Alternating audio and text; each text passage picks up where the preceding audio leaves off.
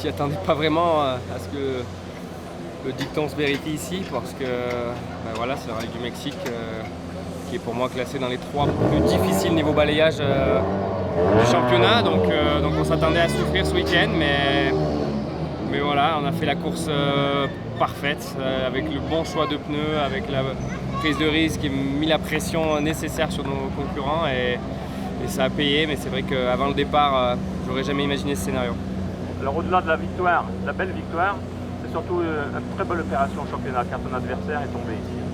Oui, l'adversaire le plus dangereux niveau pointe de vitesse est parti à la faute ici, c'est Yarimati, mais du coup il va falloir se méfier des autres également quand même. Mais bon, après 3 courses, avoir autant d'avance niveau comptable, c'est plutôt pas mal. Alors que ce soit sur l'asphalte du Monte Carlo, la neige de Suède ou la terre du Mexique, c'est le résultat elle-même. Qu'est-ce qui te pousse à être si fort? Comment fais-tu? Je sais pas, l'envie de gagner est toujours la même, et l'envie de me dépasser, l'envie ici, c'est vrai que voilà, j'étais un peu frustré de voir que j'avais ce handicap devant moi, la récompense d'avoir gagné les 2 premières courses, mais du coup ma motivation était encore plus grande. Pendant les tests, j'ai bossé encore plus dur que d'habitude pour trouver un réglage qui allait fonctionner le mieux possible dans ces conditions. On a fait un choix de pneus osé qui a payé en début de course, et voilà, on peut être fier de cette victoire. Alors cette surmotivation va payer tout au long de l'année.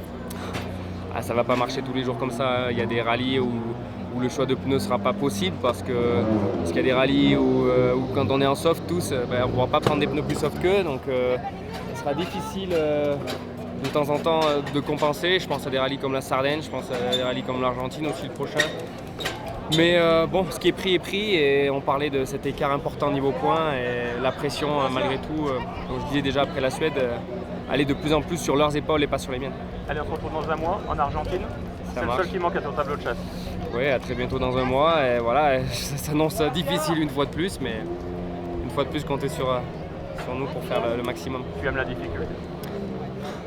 Oui, j'aime aussi l'équité, tu vois, si possible, sportive. Et bon, voilà, on va pas reparler de tout ça, mais bon. Non, mais comme tu l'as pour dit, l'instant, on va faire la fête et puis on arrivera en Argentine avec beaucoup de motivation comme d'habitude pour essayer d'aller la chercher quand même. Ce que je voulais dire, c'est que la difficulté te rend plus fort. Je sais pas si elle me rend plus fort, mais c'est vrai qu'elle me pousse à me dépasser.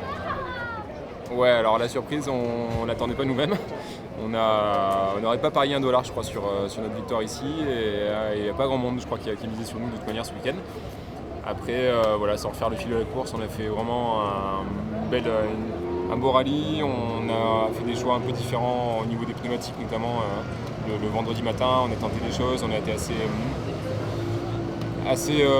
entre guillemets clairvoyant, et en même temps on a pris des risques, quoi. Donc ça a payé, et ça avec des notes qui sont au poil maintenant depuis les années qu'on fait le rallye du Mexique depuis 2008.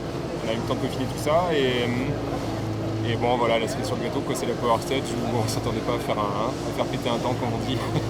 Donc c'est bien de partir du Mexique avant un gros break. Là, l'Argentine c'est dans 6 semaines, donc on va prendre un peu de vacances, on va faire un peu de tests, et ça va faire du bien pour se réoxygéner et se remettre à bloc pour la suite de la saison, mais ça fait plaisir. Alors le Mexique, c'est un pays qui vous réussit plutôt bien, parce que si on compte avec le junior WRC, ça fait 4 victoires en 8 participations.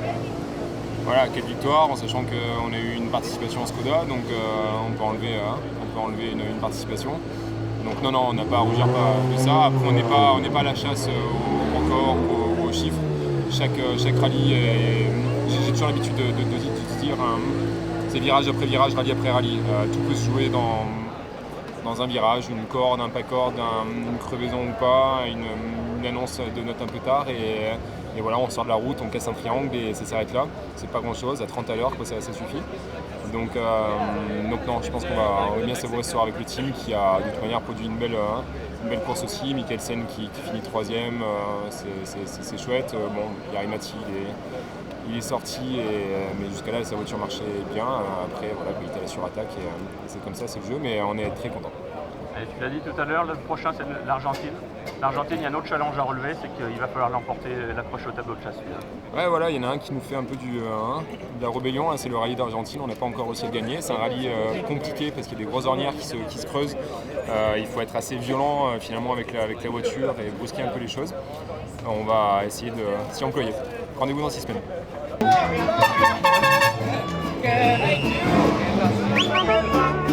Cuatro cucarachas, vámonos a ver al rally, que ya me muero de ganas. La cucaracha, ya no puede caminar, porque no tiene, porque le falta marihuana que fumar. La cucaracha,